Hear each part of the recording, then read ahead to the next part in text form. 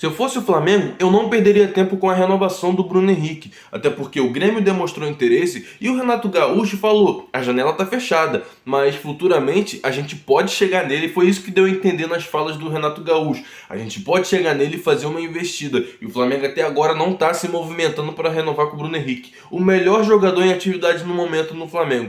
Peço a vocês que se inscrevam no canal, ativem o sininho. Hoje tem Flamengo, vamos falar do jogo de hoje, falar antes do jogo, fazer um pré-jogo aqui com vocês e depois vou estar fazendo um pós-jogo.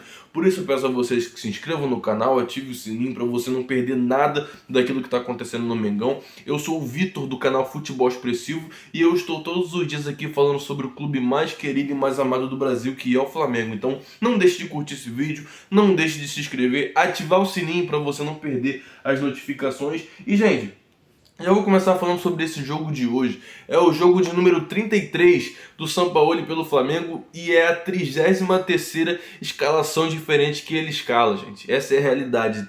Como um time vai entrosar dessa forma? Já vou começar fazendo essa crítica, até porque, gente, desde que esse cara chegou no Flamengo, o Flamengo não teve a identidade de um time que a gente soubesse os titulares. A gente até sabe, a gente até monta na nossa mente, mas esses caras nunca entram em campo da maneira que a gente acha que vão entrar. Então ele tá sempre mudando, e como o time vai entrosar dessa forma? Se o Flamengo ganhar hoje, o Flamengo pode ir para a segunda colocação do Campeonato Brasileiro, e vai depender do jogo do Palmeiras e Vasco.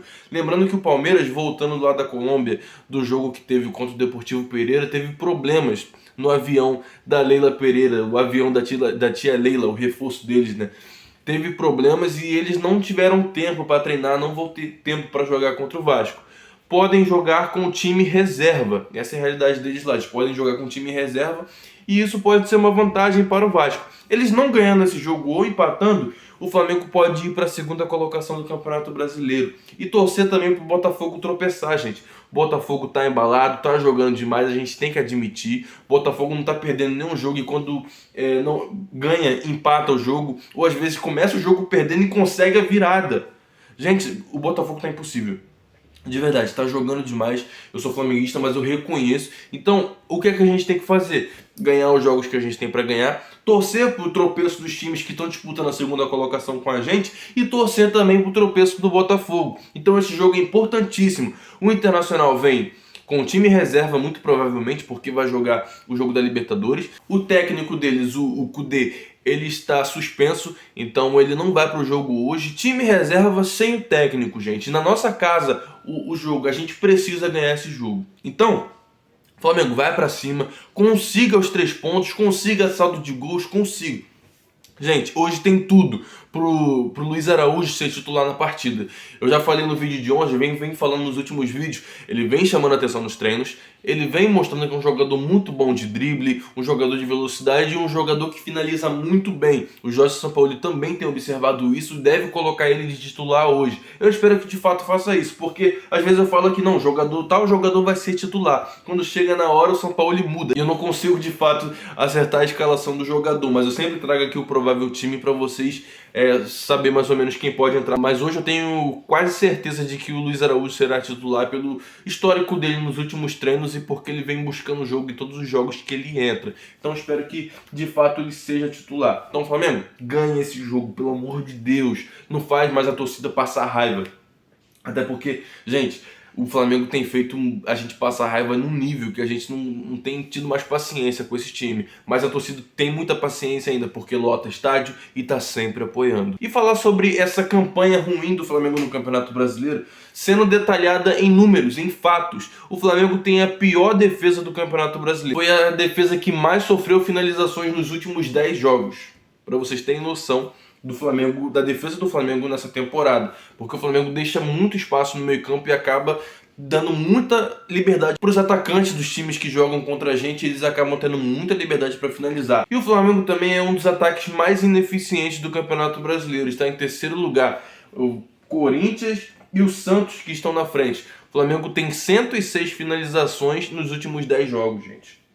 É triste porque é um time que tem uma folha salarial altíssima, é um time que tem grandes jogadores de nome, mas não tem a competitividade que a gente espera, não tem a garra, não tem a criação de jogada que a gente espera e não tem as finalizações que a gente espera também.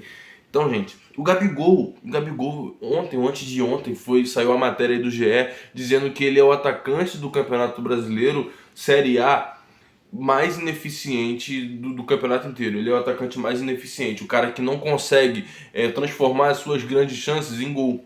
A maioria ele perde. E ele vem perdendo bastante gol, e isso é erro técnico dele, específico do jogador. Às vezes ele recebe bola em condições de finalizar e ele não tem a eficiência que a gente espera dele. Igual o Germancano tem. Qual outro jogador que está tendo muita eficiência também? Até o John Arias, gente. John Arias, que não é um jogador ali de área, mas está tendo muita... John Arias não é um jogador de área. É um jogador que joga pelas pontas, mas também tem muito mais eficiência que o Gabigol nesse Campeonato Brasileiro. Ontem eu falei do John Arias sobre ele ser um jogador que foi barato para o Fluminense. Um jogador que custou 20 milhões de reais ao Fluminense. E é um jogador que entrega muito esportivamente. E é o famoso jogador que chegou sem mídia e com muito futebol. Talvez o problema do Flamengo seja correr atrás de jogadores muito midiáticos, jogadores que estão chamando atenção, bastante atenção, jogadores que são caros, bem valorizados no mercado, e você tem uma grande chance daquele cara não render no seu clube. E eu vou falar sobre o Cebolinha. O Cebolinha é esse tipo de jogador. Ele veio com um status de jogador caro, jogador que viria para resolver o problema ali da falta do Bruno Henrique. E, gente, até agora ele não rendeu, ele não faz o simples. Ele não consegue render no Flamengo. Então, o Flamengo tem que passar a correr atrás de jogadores eficientes, competitivos, pouca mídia e muito futebol. Essa é a realidade. O Flamengo precisa correr atrás desses jogadores. E o scout do Flamengo, né? Eles chamam hoje em dia de scout, mas pra mim eu ainda chamo de olheiros. Os olheiros do Flamengo parece que não estão correndo atrás de jogadores eficientes para as posições. Só estão se preocupando com os status do jogador. O jogador vale tal preço, o jogador joga em tal clube, o jogador não deu certo na Europa, pode dar certo no Flamengo. E não é desse jeito que as coisas funcionam. Não é. E tá definido, o Flamengo de fato vai mandar seu jogo para Cariacica, o jogo contra o Atlético Paranaense. Jogo esse que será dia 13 de setembro, vai ser às 9h30 da noite. Flamengo que não vai ter o Maracanã que vai passar por reformas no gramado. O gramado do Maracanã tá surrado, gente, essa é a realidade. Então você que é de Cariacica, Espírito Santo, você que torce pro Flamengo, comemore e aproveite para apoiar o time. Vá até o estádio Kleber Andrade apoiar o Flamengo. O estádio que também passa por reformas, mas está bem avançado ali nos refletores, dando uma melhoria no gramado, justamente para receber esse jogo do Flamengo. O Flamengo vai jogar lá em Cariacica. A gente vai começar falando sobre essa situação do Bruno Henrique e Renato Gaúcho, envolvendo também o Grêmio. Questão que eu venho falando aqui no canal há bastante tempo é sobre o Flamengo correr com essa renovação do Bruno Henrique. Nos últimos dias o Grêmio demonstrou interesse no Bruno Henrique, fez ali uma sondagem, mas seria no caso para assinar um pré-contrato com o jogador, até porque a janela está fechada. E o Renato Gaúcho, ele falou sobre o assunto, eu vou ler aqui, abre aspas para ele. Não sei de onde essas pessoas tiram tanta notícia. É inacreditável. Gosto muito do Bruno Henrique. É um grande jogador, uma grande pessoa. A janela está fechada e eu tenho um grupo. Estamos no meio do tiroteio. Estamos no meio do tiroteio no Brasileirão. E o Flamengo também. Então eu não perderei meu tempo falando de um jogador. Não perderei meu tempo falando de um jogador. E ele continuou. Não sei se estarei aqui no ano que vem. Não sei se o clube está interessado, mas eu gostaria muito. Mas isso é uma conversa que terei com o meu presidente mais pra frente. Ou seja, não descartou do Grêmio ir em cima do Bruno Henrique e tentar ali uma proposta boa, salarial, tendo em vista que o Luis Soares não vai continuar no clube. Gente, o Flamengo tá dando mole. O Flamengo já poderia ter renovado o contrato com o Bruno Henrique. Tá demorando demais. E o Bruno Henrique segue jogando bem, segue fazendo ali seus gols, segue criando bastante jogadas. No último jogo, o Flamengo estava precisando ganhar e o Bruno Henrique estava jogando demais, correndo demais. Eu não entendi muito as escolhas do Sampaoli. O Sampaoli está sempre fazendo escolha errada no Flamengo, o time sempre cai de rendimento. Mas o Bruno Henrique é um jogador que, independente do time estar mal no rendimento, ele está buscando o jogo o tempo todo. O que o Flamengo pensa? Por que não renova logo com ele? Aí tá o seu Rodolfo Landim correndo atrás de transformar o Flamengo numa SAF. Tá o Rodolfo Landim conversando com clubes europeus, com presidentes de clubes para saber a melhor forma de construir um estádio. O Flamengo não é altamente capaz de construir o estádio sem ficar perguntando para ninguém, não. Tem que perguntar para grandes clubes. Tudo bem que tem gestões de outros clubes que é interessante você se guiar por aquilo ali porque você vai se dar bem. Mas você não precisa ficar perguntando, pô, mano, como é que você fez pra dar certo aí pra você, pra ver se dá certo pra mim? Não, cada um segue um caminho. E o melhor caminho não é SAF. Eu vivo falando aqui, o Flamengo não precisa virar uma SAF. Então, ao invés de ficar se preocupando em transformar o Flamengo numa SAF, transformar o Flamengo em outro tipo de gestão, por que não foca em renovar com seus ativos do clube primeiro, os jogadores que estão rendendo, depois foca no estádio sem ficar querendo transformar o Flamengo numa SAF. Gente, o Flamengo joga hoje.